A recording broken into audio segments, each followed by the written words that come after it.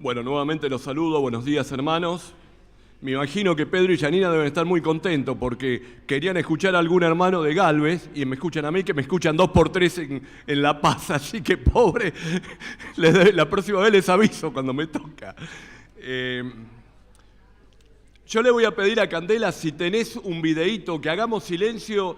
Es un video breve de 8 minutos más o menos. ¿Cuánto tengo? ¿55, 56 minutos para hablar? Porque escuché a los predicadores anteriores y tuvieron mucho tiempo. Así que le voy a pedir allá que hablaron los domingos anteriores sobre estos temas. Le pido a Candela que pueda pasar el video. Recuerda que después de que Josué guió a las tribus... ¿Se ve bien? El libro de Jueces. Recuerda que después de que Josué guió a las tribus de Israel hacia el interior de la tierra prometida, él les llamó a ser fieles al pacto con su Dios, obedeciendo los mandamientos de la Torá. Y si hacen esto, ellos les demostrarán a todas las demás naciones cómo es Dios. Así que Jueces comienza con la muerte de Josué y básicamente cuenta la historia del completo fracaso de Israel. El nombre del libro viene del tipo de líderes que Israel tuvo en este periodo. Antes de que tuvieran reyes, las tribus fueron gobernadas por jueces. Ahora, no pienses en algo como una corte. Estos eran líderes regionales, político-militares, algo así como un jefe tribal. Y necesita ser advertido, el libro de Jueces es muy perturbador y violento. Cuenta la historia de la corrupción moral de Israel, de su mal liderazgo y básicamente de cómo vinieron a ser semejantes a los cananeos. Pero esta triste historia también debe generar esperanza para el futuro, y puedes ver esto en la manera en que el libro está diseñado. Hay una larga introducción que prepara el escenario para el fracaso de Israel, porque ellos no expulsan a los cananeos que quedaron. Luego tenemos la gran sección principal del libro, con historias acerca de la creciente corrupción de los jueces de Israel. Y la progresión de la narración muestra cómo los líderes de Israel pasan de bastante buenos, a malos y a peores. La sección final es bastante perturbadora y muestra la corrupción del pueblo de Israel en su totalidad. Así que profundicemos para explorar un poco más cada parte. La sección inicial comienza con las tribus de Israel en sus territorios en la tierra prometida. Y aunque Josué derrotó algunas de las ciudades cananeas claves, todavía había mucha tierra que conquistar y muchos cananeos viviendo en esas áreas. Así que el capítulo 1 incluye una larga lista de grupos cananeos y ciudades que Israel no expulsó de la tierra. Ahora, recuerda, el objetivo de expulsar a los cananeos era evitar que Israel adoptara la corrupción moral y la manera de adorar a sus dioses mediante el sacrificio de niños. Dios llamó a Israel a ser un pueblo santo, y esto no estaba sucediendo. El capítulo 2 describe cómo Israel simplemente se estableció junto a los cananeos y adoptó todas sus prácticas culturales y religiosas, y la historia se detiene justo aquí. Por casi un capítulo entero, el narrador nos da una vista general de todo lo que está a punto de suceder en el cuerpo del libro. Esta parte de la historia de Israel, dice el narrador, es una serie de ciclos en espiral descendente. Israel se vuelve como los cananeos, así que pecarían en contra de Dios. De manera que Dios les permitiría ser conquistados y oprimidos por los cananeos, y eventualmente los israelitas verían su error y se arrepentirían. Así que Dios levantaría a un libertador, un juez de entre Israel, que derrotaría al enemigo y traería una era de paz.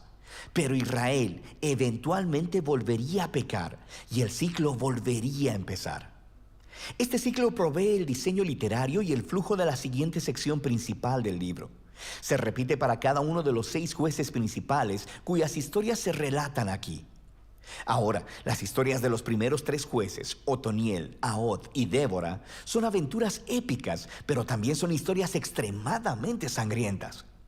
Los jueces mismos o las personas que ayudaban al juez derrotaban a sus enemigos y libraban al pueblo de Israel. Las historias de los siguientes 3 jueces son más largas y se enfocan en las fallas del carácter de los jueces, quienes se vuelven peor cada vez. Así que Gedeón comienza bastante bien. Es un hombre cobarde, pero eventualmente termina confiando en que Dios puede usarlo para salvar a Israel. Así que él derrota a un enorme ejército de madianitas con solo 300 hombres, llevando antorchas y cántaros de barro. Pero Gedeón tiene un carácter bastante malo y asesina a un grupo de israelitas porque no lo ayudaron en su batalla. Y de ahí todo va de mal en peor. Él hace un ídolo con el oro que ganó en sus batallas, y después que él muere, todo Israel adora al ídolo como a un dios, y el ciclo comienza otra vez. El siguiente juez principal es Jefté, quien es algo así como un matón de la mafia que vive en las montañas. Y cuando las cosas se ponen muy mal para Israel, los ancianos vienen a él y le ruegan por su ayuda. Y Jefté era un líder muy efectivo. Ganó muchas batallas contra los amonitas, pero estaba tan poco familiarizado con el Dios de Israel que lo trata como a un dios cananeo. Jura sacrificar a su hija si gana la batalla.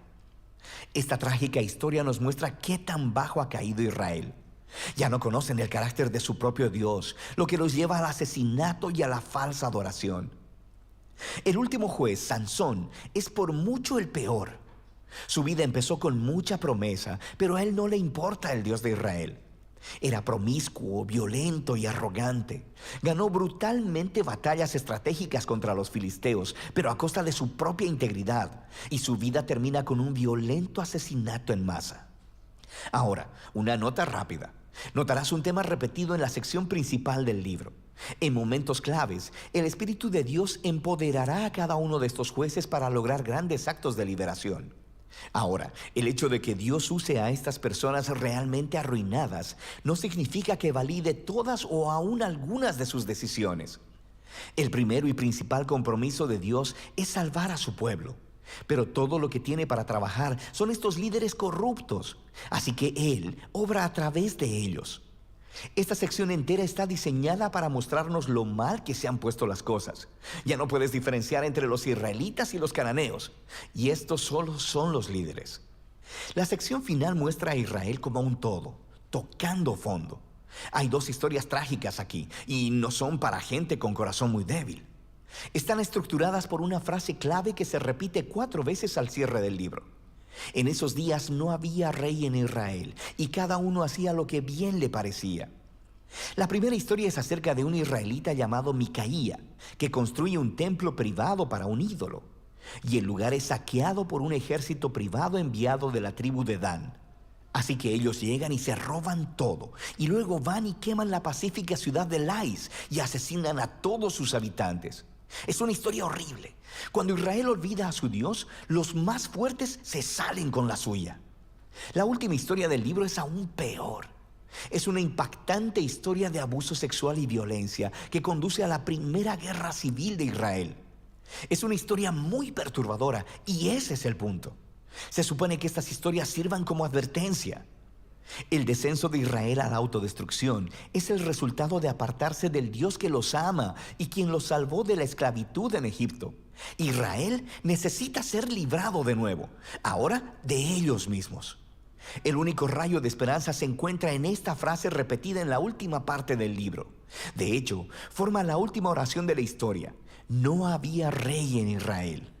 De manera que el escenario está listo para que los siguientes libros cuenten los orígenes de la familia del rey David, el libro de Ruth y también los orígenes del reinado mismo en Israel, el libro de Primera de Samuel.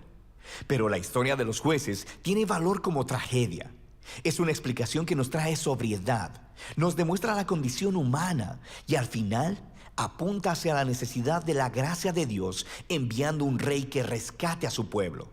Y de esto trata el libro de Jueces.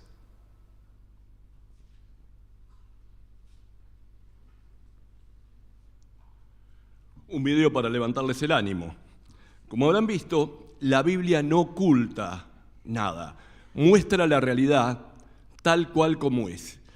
Y cuando vemos la historia de Jueces, vemos una historia que vivió el pueblo de Israel durante 350, 400 años, en donde fueron de mal en peor. Cuando uno lo compara con el libro de Josué, en el libro de Josué hubo conquista, hubo victoria, hubo libertad. En el libro de Jueces es todo lo contrario. Y hoy yo me acuerdo que escuché un mensaje del pastor Salvador de Lutri, en el cual él comparaba lo que pasó con el pueblo de Israel en el libro de Jueces con un cuento de Cortázar que se llama Casa Tomada. Y me leí el cuento, y era la historia de 2 hermanos que vivían en una casa solos, y empezaron a entrar gente a su casa y a tomarle la casa. Entonces ellos iban, cerraban el comedor, por ejemplo, con llave, y se iban a la pieza de atrás. Y así iban sucesivamente, y a medida que esta gente extraña, que no se sabe quién era, le iba tomando la casa, ellos iban corriendo de habitación a habitación hasta que el último se tienen que escapar de la casa. Nunca se sabe quién tomó la casa. Bien, muchas veces eso es lo que pasaba con el libro de Jueces. Los pueblos que ellos dejaron y que no derrotaron, que Dios le había dicho que tenían que derrotar y expulsar de la tierra de Canaán, fueron haciéndose fuertes y tomando al pueblo de Israel. Pero además de eso, el pueblo de Israel fue tomando las prácticas y costumbres de esos pueblos, adorando a los dioses de esos pueblos y alejándose del Dios verdadero. Y eso lo pagaron caro, lo pagaron con esclavitud, con corrupción moral. Y cuidado, que esto también nos puede pasar a nosotros. El pueblo de Israel permitió que los pueblos de los alrededores quedaran e hizo componendas con ellos. Muchas veces los cristianos permitimos que el pecado quede. Lo tenemos ahí un costadito, pero de cuando en cuando regodeamos con ese pecado, jugamos con ese pecado.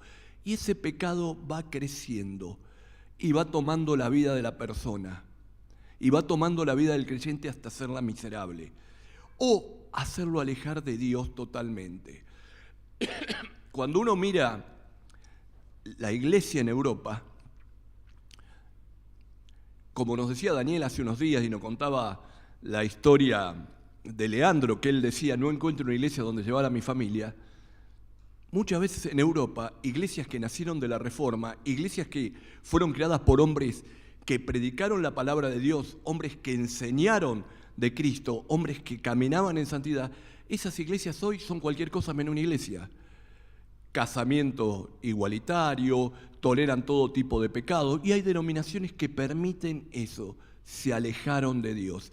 Por eso es importante estudiar el libro de Jueces, pero estudiarlo en su contexto y aplicarlos a nuestra realidad hoy. Hoy nuestra iglesia está siendo atacada y bombardeada por muchos lugares, de muchos lugares y de muchos frentes. Entonces ahí es donde nos tenemos que estar firmes. Y vamos a abrir el libro de Jueces en el capítulo 10 y vamos a ir situándonos un poquito. Es muy largo, hay que leer, es del capítulo 10 al 12.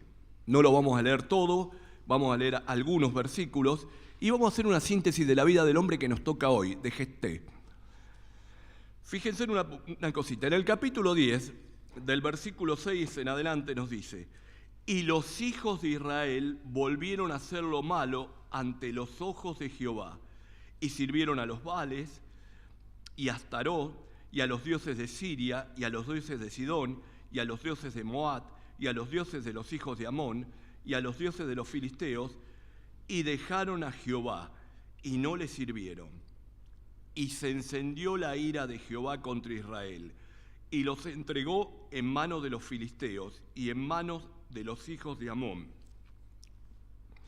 los cuales los oprimieron y quebrantaron a los hijos de Israel en aquel tiempo 18 años. Todos los hijos de Israel que estaban al otro lado del Jordán, en la tierra del amorreo que está en la ciudad de Galá. Y los hijos de Amón pasaron el Jordán para hacer también guerra contra Judá, contra Benjamín, contra la casa de Efraín, y fue afligido Israel en gran manera. Y uno empieza a ver, primer punto, volvieron a hacer lo malo. Ya había muerto Gedeón y los jueces que le habían seguido, y volvieron a hacer lo malo. Y fíjense, está hablando que sirvieron no a un dios extraño, sirvieron a 7 dioses. O sea, cada tribu empezó a servir a los dioses de los otros pueblos. Y cada israelita servía a un dios distinto. Mezclaron la fe a Jehová, que algunos la seguían practicando, con la fe a Baal, a Astarot, a los dioses de los asirios, de los sidonios, de los filisteos. Y entonces el pueblo empezó a ser oprimido. Por un lado, empezó a ser oprimido por los hijos de Amón, por los amonitas, y por otro lado, empezó a ser oprimido por los filisteos, 2 pueblos que estaban atacando al pueblo de Israel desde 2 lados distintos. En esa época hay algo que tenemos que tener claro. Los jueces eran líderes locales. En esa época se levantó Jefté en la parte de Galat y Sansón lo levantó Dios, digamos, mejor dicho, en la parte de Dan. O sea, 2 jueces que actuaron simultáneamente. Cada uno era para una tribu en especial. Y cada uno de estos jueces tenía una misión: volver a traer al pueblo a Dios. Pero cuando uno empieza a mirar un poquito, perdónenme, pero si no empiezo a toser y quiero preservar la garganta.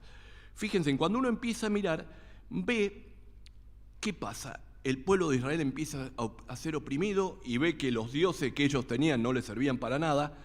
Entonces empiezan a clamar a Jehová. Pero la cosa se iba poniendo cada vez más dura. La primera vez, se arrepintieron, Dios le levantaba el libertador. Pero ya Dios estaba saturándose de estos tipos. Es como aquel que hace un pecado un día, viene, se arrepiente, confiesa su pecado, a la semana vuelve a caer. Conocieron ese tipo de personas. Se arrepiente, a la semana vuelve a caer. En algún momento Dios va a decir basta. Y acá vemos que empezaron a pasar cosas.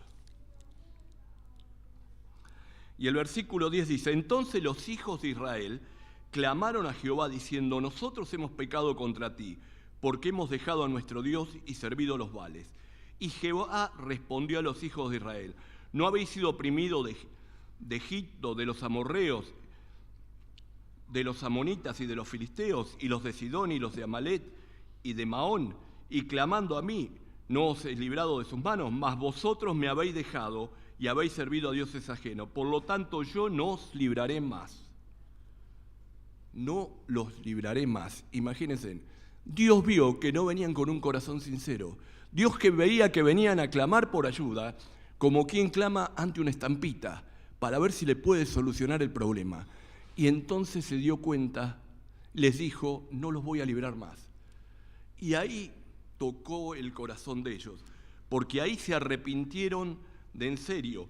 Y dice: mas vosotros, y dice: andá y clamá a los dioses que os habéis elegido, y que os libren ellos en el tiempo de vuestra aflicción.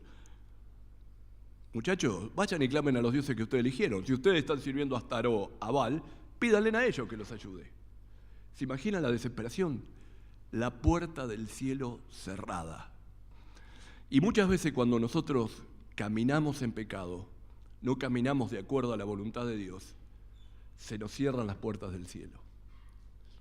Y muchas veces cuando depositamos la confianza en cosas que no son de Dios, de pronto se nos cierran las puertas y no hay respuesta a nuestras oraciones. Hay veces que no hay una solución a nuestro problema, pero oramos y tenemos la paz de Dios porque sabemos que Dios está al control de la situación. Y sabemos que podemos estar pasando una enfermedad, una situación difícil, pero sabemos que Dios tiene el control de todas las cosas y Dios está sosteniéndonos. Pero ¿qué pasa cuando estamos mal con Dios? Cuando no está el sostén de Dios, cuando Dios no tiene el control de nuestra vida. Vemos que Dios no está controlando las cosas y no tenemos la paz de Dios. Esto es lo que le estaba pasando aquí a los israelitas. La cosa venía peor en peor. Era un círculo que se repetía. Apostasía, negaban a Dios, caían, quedaban cautivos de otro pueblo, se arrepentían, Dios les levantaba un juez y eran liberados. Ahora Dios dice: no, clamen a sus dioses, a los dioses que ustedes buscaron. Y los hijos de Israel respondieron a Jehová: hemos pecado, haz tú con nosotros como bien te parezca, solo te rogamos que nos libren este día. Y quitaron de entre sí los dioses ajenos y sirvieron a Jehová, y él fue angustiado a causa de la aflicción de Israel. Quitaron los dioses ajenos, se arrepintieron, hubo arrepentimiento verdadero. Y Dios ahí dijo: no, ahora los perdono. Y le levantó un nuevo líder. Y ahora no tenían mucho para elegir ellos. Los hijos de Amón estaban atacando, estaban tratando de conquistar todo su territorio, le querían quitar toda la tierra directamente a ellos. Entonces tenían que hacer algo. Y yo tenía un esquemita por acá. Y Ellos estaban esperando levantar un juez, que Dios les diera un juez, alguien que los liberara.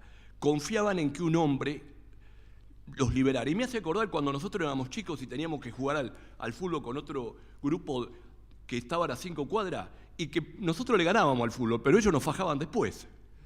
Entonces dijimos un día, ¿qué hacemos? Che, vamos a ir a jugar con esto, le ganamos y nos van a fajar. Y uno de los chicos nuestros dijo, che, llevémoslo a Picho, que vive a 2 cuadras, es bravo para las piñas. Y lo buscamos a Picho. Cuando caímos con Picho, era como que si caíamos con el increíble Hall. Ganamos el partido y nadie nos tocó. Bueno, más o menos así era lo que estaban buscando los hijos de Israel. Alguien que supiera pelear, pero estaban depositando su fe en eso. Y Dios le fue levantando a este tipo de hombres. Ustedes vieron que al principio eran buenos, pero después estos hombres, muchos de ellos, fueron cayendo y cayendo mal. Y fijémonos un poquito en el capítulo 11 para ver un perfil que es interesante ver cómo Dios se especializa en usar a personas que son las más improbables. Hay personas que Dios utiliza que nosotros jamás utilizaríamos. Gestet es uno de ellos. Es un ejemplo de un hombre en circunstancias negativas que fue preparado desde su nacimiento para librar al pueblo de Dios. Veamos una lista de los rasgos de este hombre Gestet. Lo primero que nos encontramos, fíjense, Gestet galadita, era esforzado y valiente, era hijo de una mujer ramera y el padre de Gestet era de Galat. Pero la mujer de Galat dio hijos, los cuales cuando crecieron echaron fuera a Gestet, diciendo, no heredarás en la casa de nuestro padre porque eres hijo de otra mujer. Y huyó pues Gestet de sus hermanos y habitó en la tierra de Tob, y se juntaron con él hombres ociosos, los cuales salían con él. Y empecemos a analizar un poquito. Este hombre Gestet arrancó mal. Primer punto. Era hijo de un líder influyente, pero era también hijo de una ramera. Eso lo vemos en el versículo 1. Fue despreciado por sus hermanos y despreciado por el pueblo de Galat. Lo echaron cuando murió el padre y nadie intercedió con él. Dice, no vas a heredar con nosotros. Cuando había un hijo ilegítimo, para heredar tenía que ser adoptado por el padre. Quizás el padre de Gestet lo había adoptado como hijo, pero los hermanos no reconocieron eso y lo expulsaron. Primer punto, rechazado por todos sus hermanos. Segundo punto, era luchador y guerrero experto. Dice, sabía usar las armas. Fíjense, cuando él es expulsado, se tuvo que ir a una región de Tob. En esta región se empezó a reunir con lo peor. No podía reunirse con algo bueno en ese lugar. Y se fueron juntando hombres ociosos, y dice, salían con él. Cuando la Biblia habla de que salían con él, está hablando de que iban a luchar con él, iban a saquear e iban a matar con él. Es una historia sangrienta. Pero ellos no atacaban a los israelitas, ellos atacaban seguramente a los amonitas y a otros pueblos paganos de la región. Más o menos como la historia de David, cuando escapaba de rey Saúl y se había juntado con hombres ociosos, y había armado su pequeño ejército privado y atacaba a pueblos paganos. Eso es lo que pasaba. Pero la fama de él se corría, sabían que era un guerrero exitoso. Era más o menos el Picho de mi época, pero a un nivel mucho mayor. Bueno, fíjense. Y aconteció que andando el tiempo, dice el versículo 4 del capítulo 11, los hijos de Amón hicieron la guerra contra Israel. Cuando los hijos de Amón hicieron la guerra contra Israel, los ancianos de Galat fueron a traer a Gestet de la tierra de Tob y dijeron, Gestet, ven y serás nuestro jefe para que peleemos contra los hijos de Amón. Y fíjense, hay que salir de esta situación. Estaban realmente preocupados, entonces hay que ir a buscarlo. A Gestet no fue Dios directamente y se le apareció un ángel y le dijo, vení, vas a liberar a tu pueblo. Fueron los ancianos de Galat a buscarlo. Esto no quiere decir que Dios no estuviera actuando en medio de esa situación. Y fíjense, este hombre, que era rechazado por sus hermanos, bastardo, no por culpa de él, un hombre que había quedado sin herencia, porque nos muestra en el versículo 2 del capítulo 11 que fue sin herencia, era un hombre que era apto para ser un buen líder y un reclutador de gente. Había gente que lo seguía.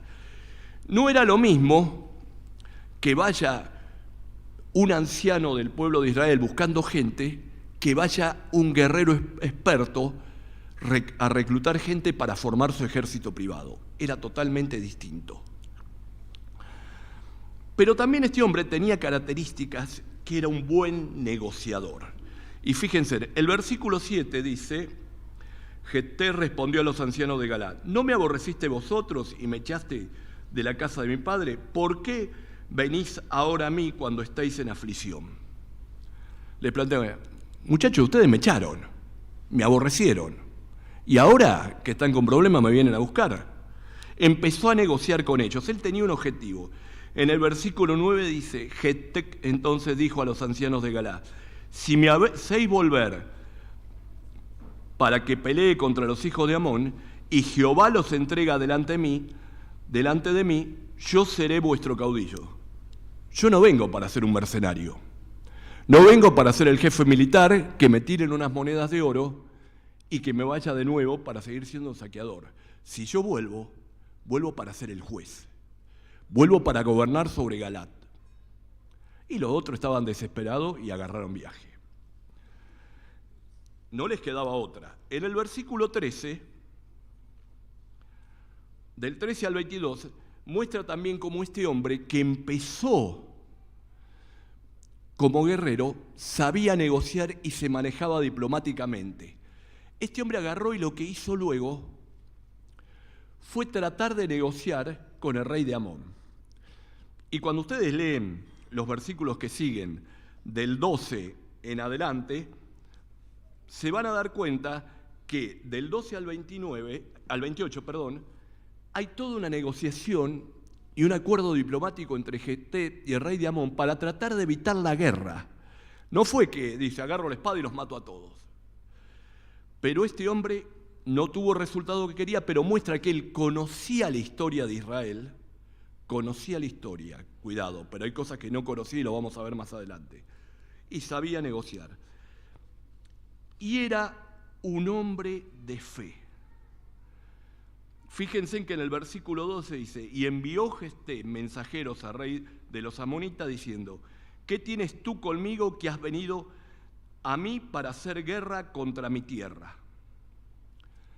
Tenía claro que esa tierra se la había dado Dios, era su tierra, él había nacido en ese lugar, pertenecía al pueblo y sabía que Dios le iba a conceder esa tierra y no iba a permitir que se la quitaran.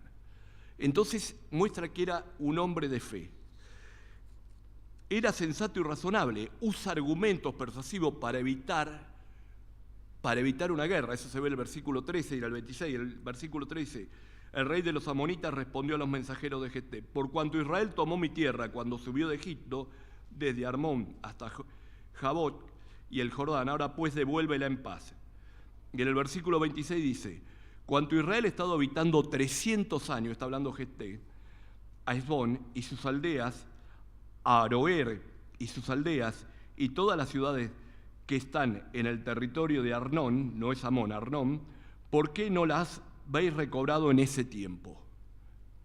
¿Por qué no la recobraste en 300 años? ¿Ahora venís a reclamar esto? Segundo, previamente le explica que esa tierra no se la quitaron a ellos, era la tierra que le había dado Jehová. Bien.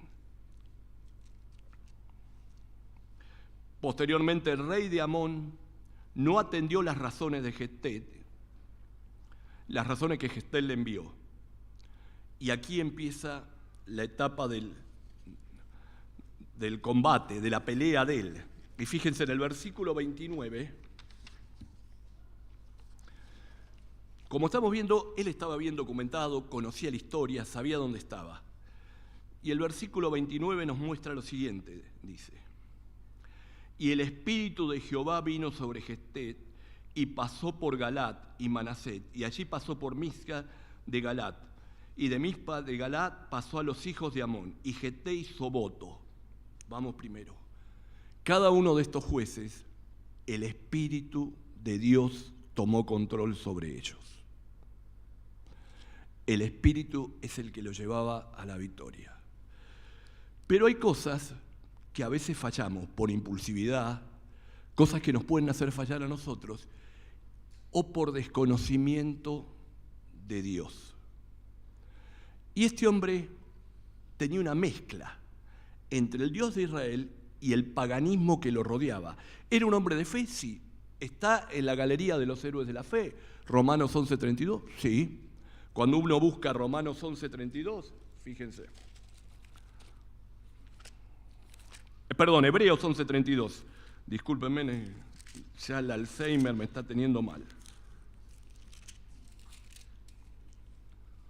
Cuando meten la pata siempre digan un chiste que estén predicando. ¿Y qué más digo? Porque el tiempo me faltaría contando de Gedeón, de Barak, de Sansón, de Jefté, de David, así como de Samuel y de los profetas. Lo nombran en Hebreo 11:32 en la galería de los héroes de la fe. A pesar de las cosas que hizo, que no eran buenas. Él liberó al pueblo de Israel, pero hizo una metida de pata. Y fíjense, y en el versículo 30, Jefté hizo un voto a Jehová diciendo: si entregares a los amonitas en mis manos, cualquiera que saliere de las puertas de mi casa a recibirme cuando regrese victorioso de los amonitas, será de Jehová, y lo ofreceré en holocausto. Significaba sacrificios humanos, algo que era abominable a Dios, algo que estaba marcado y prohibido por Dios. Evidentemente, el pueblo había caído en una decadencia terrible. No había un conocimiento de la ley de Dios, ni había una enseñanza de la ley de Dios. Y él se fue a una región en la cual estaba rodeado de hombres paganos, y ese paganismo se había infiltrado en su vida, en su mente, en su persona, y lo había contaminado. Y acá tenemos que tener cuidado, porque fíjense que el versículo anterior dice: el Espíritu de Jehová vino sobre Jefté. Dios estaba utilizando a este hombre. Este hombre tenía fe en Jehová, sí. ¿Sabía que Dios podía darle la victoria? Sí, estaba seguro. Pero quiso agregar algo. Ahora, ¿cuántas veces los cristianos, por desconocimiento, nos equivocamos en cosas? Yo me acuerdo tiempo atrás, cuando habían las campañas, las grandes campañas en la rural y en otros lados, veían multitudes de gente que pasaban al frente uno, al día siguiente pasaban de nuevo a recibir a Cristo.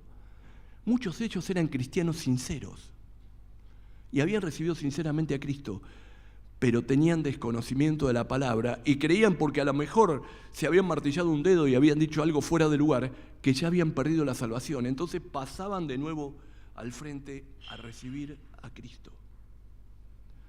¿Cuántos cristianos sinceros son manipulados por falsos maestros y le metieron y le enseñaron el evangelio de la prosperidad y le quitaron un montón de cosas y de bienes y le hacen creer que de esa manera ganan el favor de Dios y dan lo que no tienen? Entonces, cuidado. Eso que pasaba en aquella época nos puede pasar a nosotros si no nos alimentamos de la palabra de Dios.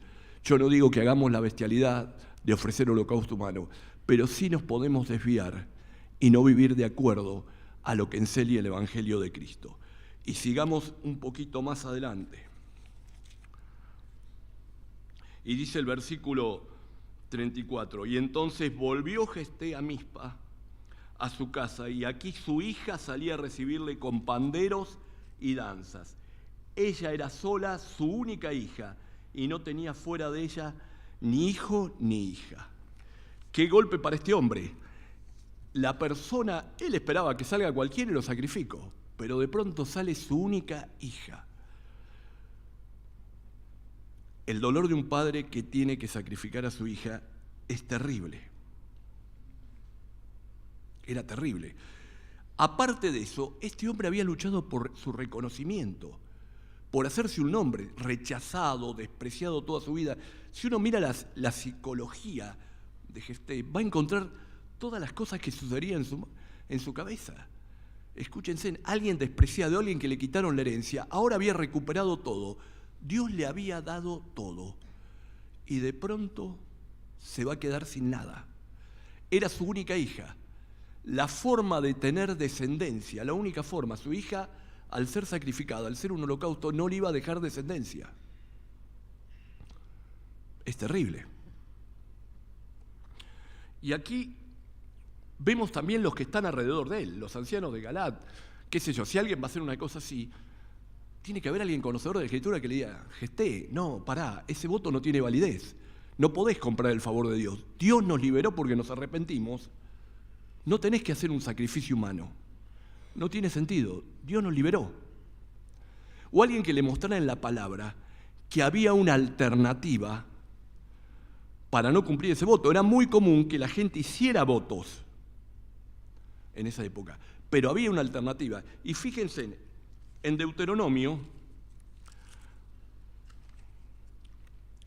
Levítico, no me quiero equivocar el pasaje, si no lo voy a tener que buscar. Levítico 27, si no me falla la memoria, 27 del 1 al 8, dice lo siguiente: habló Jehová a Moisés diciendo: habla a los hijos de Israel y diles: cuando alguno hiciere especial voto a Jehová, según la estimación de las personas que se hayan de redimir, lo estimarás así. En cuanto al varón de 20 años hasta 60, y lo estimarás en 50 siclos de plata, según el ciclo del santuario. Si fuere mujer, la estimarás en 30 siclos. Si fuere de 5 años hasta 20, al varón lo estimarás en 20 siclos y a la mujer en 10 siclos. Si fuere de un mes hasta 5 años, entonces lo estimarás al varón en 5 siclos de plata y a la mujer en 3 siclos de plata. Mas si fuere de 60 años o más, el varón lo estimarás en 15 siclos y a la mujer en 10 siclos. Pero si fuere muy pobre para pagar tu estimación, entonces será llevado ante el sacerdote, quien fijará el precio conforme a la posibilidad del que hizo el voto, y le fijará precio el sacerdote. Y muchas veces hacían voto los israelitas de consagrar un hijo o una hija al servicio del tabernáculo. Pasado el tiempo, querían redimirlo, querían liberarlo de ese voto. Se pagaba una cierta suma de dinero por redimir a esa persona y poder ser liberado. Eso estaba estipulado en la ley, ya estaba contado. No había uno que le dijera: no, pará, Gesté, si pagás tantos ciclos de plata, podés liberarla. Y no tenés que hacer esta barbaridad. Pero evidentemente el pueblo se ha ido degradando más y más cada vez. Y él sufrió por lo de su hija, dice, había sido un padre amoroso. El versículo 35 dice: y cuando él la vio, rompió sus vestidos, diciendo: ay, hija mía, en verdad me has abatido. Tú misma has venido a ser causa de mi dolor, porque le he dado palabra a Jehová y no podré retratarme. ¿Tú misma has venido a ser causa de mi dolor? No. Fue tu voto impulsivo, hiciste una promesa que no tenía, fue tu desconocimiento genuino de Dios, de quién es el verdadero Dios, y que Dios no pide esto, el que cometió, no la hija. Pero el dolor iba a quedar sin nada a él.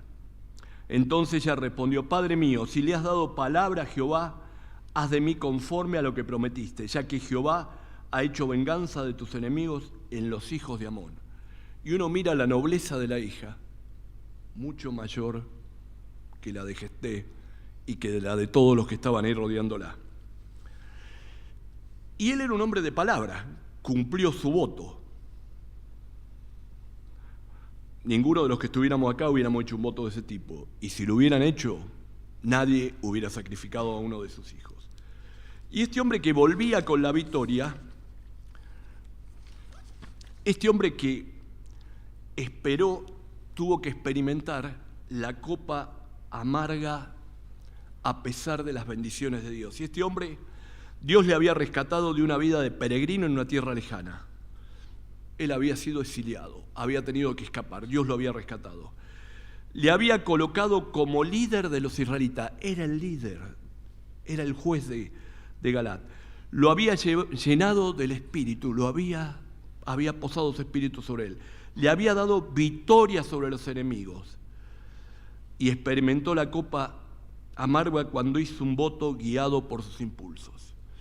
Cuidado, hermanos, cuando tomamos decisiones guiados por nuestros impulsos. En el área que sea de nuestra vida.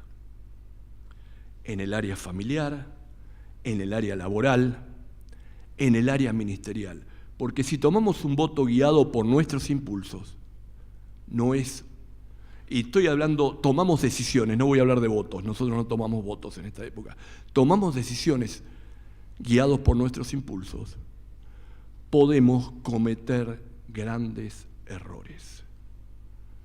Cuando impulsivamente aceptamos un trabajo que sabemos que con el cual no vamos a poder pasar tiempo con nuestra familia, estamos sacrificando a nuestra esposa y a nuestros hijos en el altar del Dios Mamón, porque lo tomamos muchas veces por dinero. Cuando tomamos un ministerio que sabemos que no estamos capacitados para poder llevar adelante, podemos hacer un fracaso en el ministerio y también vivir una vida miserable nosotros. Y realmente hacerlo en la carne y mal, y hacernos daño a nosotros y otras personas. Entonces, tenemos que aprender a no tomar decisiones guiadas por nuestros impulsos. Este hombre cayó en una práctica pagana, sacrificio humano.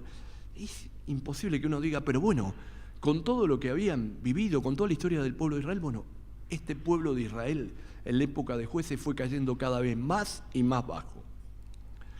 Experimentó la copa amarga de las consecuencias trágicas en relación con su hija. Nunca más iba a tener descendencia. Él que quería hacerse un nombre, que quería ser el caudillo, el gobernante del pueblo de Israel, ya no iba a tener más descendencia.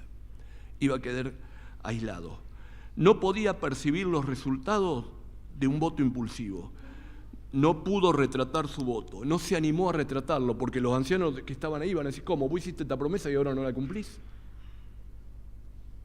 Había forma de retratarse. Dios siempre da una salida. Yo les mostré el pasaje de Levítico. Ninguno de los que estaba ahí lo conocía. Su hija murió sin haber tenido la oportunidad de casarse y ser madre. Qué triste. Ahora, en nuestros días, ¿cuándo? Yo ya voy terminando porque veo que se ha alargado mucho. En nuestros días, ¿cuántas veces vidas inocentes son sacrificadas? ¿Cuántas veces un padre se equivoca y deja un arma cerca al alcance de sus hijos? Y los hijos jugando, un hijo mató al otro. Hemos conocido historias. Yo conozco un querido hermano que está en la presencia del Señor, no era creyente, se convirtió luego de ese incidente, que la hija jugando mató al hermanito. Era un gran concertista de guitarra él, después se dedicó a Dios. El drama familiar que causó y sacrificó a su hijo sin darse cuenta. ¿Cuántas veces sacrificamos a un hijo cuando... Y no, da una vueltita con el auto por el barrio, pero tiene 14 años. No, así está canchero cuando tiene 18, saca el volante. Saca el carnet rápido y tiene un accidente. ¿Cuántas veces sacrificamos nuestros hijos cuando no controlamos lo que miran y lo que entra en su cabeza, ni quiénes son sus relaciones? Después nos arrepentimos y lloramos, pero entonces tengamos cuidado que no nos pase lo que pasó con este hombre Jefté. Y tengamos cuidado y que esto nos sirva de ejemplo. Y tengamos claro que Dios utiliza todo tipo de personas que estén dispuestos a seguirle y a caminar con Él. Pero